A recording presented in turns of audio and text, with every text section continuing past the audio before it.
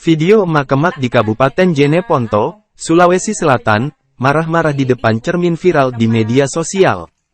Video itu juga beredar di grup-grup WhatsApp pada Rabu, tanggal 29 November tahun 2023, malam. Tampak dalam video tersebut, emak-emak yang mengenakan handuk berwarna orange menutupi dadanya terus mengomel.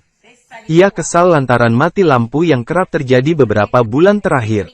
Cini mi jeka, ruami lampu kupake, lihat ini, sudah 2 lampu cas yang saya gunakan.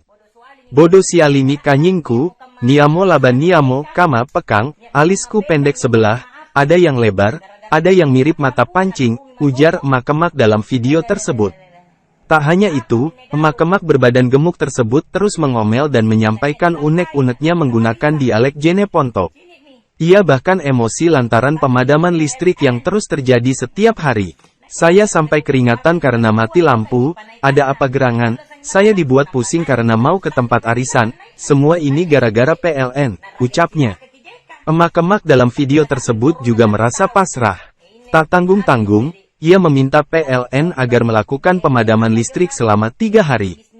Sekalian saja mati lampu sehari semalam, sampai besok, sampai lusa, mati lampu saja terus, sesaji tawa, sungguh tersiksa, tambahnya sembari mencari alat make up. Belum diketahui identitas emak-emak tersebut. Bingkung, niat kama pekang. Na mo pol, naturungan pol somo. Sintim mah, nah, ano deh. Makilampu mo kumay siyalo si patang, sangge na pole muko. Sangge na pole membara, makilampu mo ko turusi.